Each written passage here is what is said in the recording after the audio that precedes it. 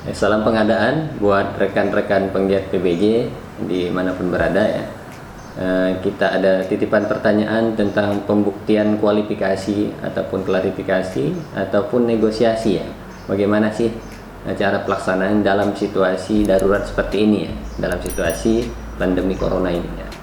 Kita telah hadir surat edaran LKPP ya, nomor 4 tahun 2020 LKPP ini ya, yang mengatur mekanisme tentang pembuktian kualifikasi pada tahapan ataupun pada situasi corona ini. Pertama kita harus melihat dulu apa sih pembuktian kualifikasi ini ataupun klarifikasi. Ini harus dilaksanakan sebenarnya pada tatap muka ya, jadi harus diundang antara Pokja dengan penyedia, wajib hadir secara bersamaan dan wajib bertatap muka sebenarnya ya.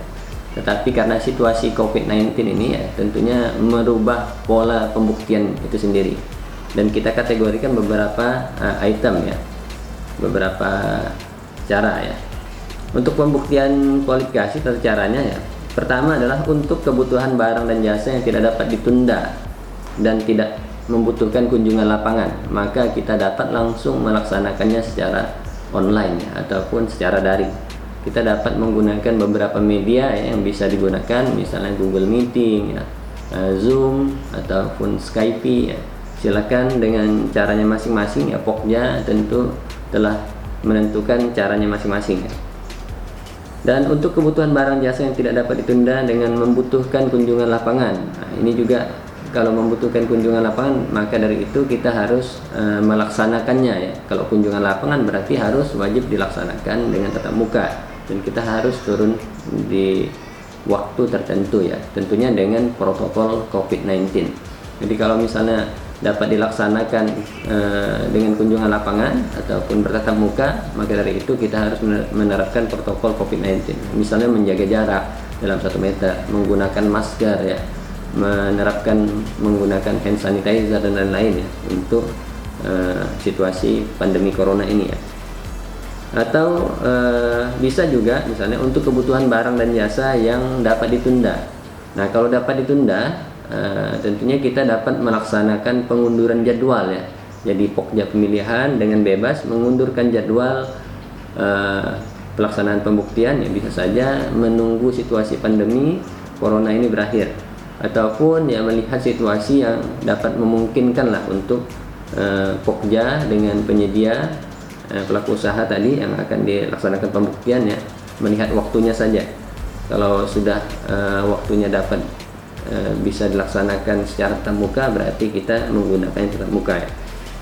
Nah, tentunya menggunakan media Google Meeting ataupun Skype ataupun Zoom ya, yang dapat kita lihat hanya rekaman ya, rekaman bukti fisik ya, rekaman bukti fisik. Misalnya menggunakan video ya, bisa kita rekam, ataupun menggunakan foto ya, bisa kita rekam juga ya. Dan tentunya bahan ini tidak dapat kita lihat dengan kasat mata ya, karena kita melihatnya barang tersebut melalui media yang bisa kita gunakan.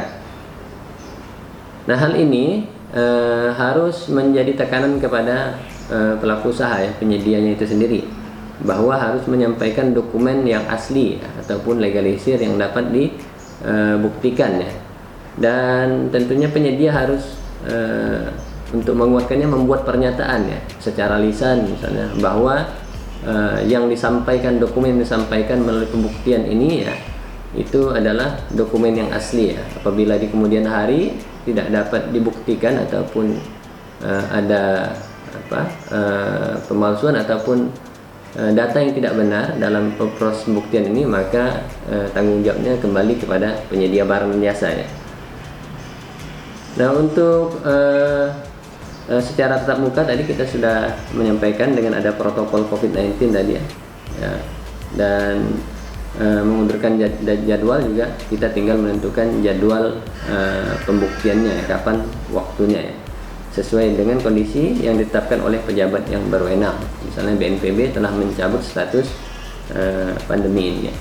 Mungkin itu yang bisa saya bagi dengan rekan-rekan ya. Apabila ada pertanyaan dan yang perlu didiskusikan, rekan-rekan dapat berkunjung di laman web saya ya, rudisendra.id, dan ataupun dapat mengirim email ya, email di ya silakan nanti bisa dilihat di dalam slide ini ya, bisa kita rekan-rekan bisa melihatnya ya, untuk mengirim materi ataupun mengirim pertanyaannya. Terima kasih.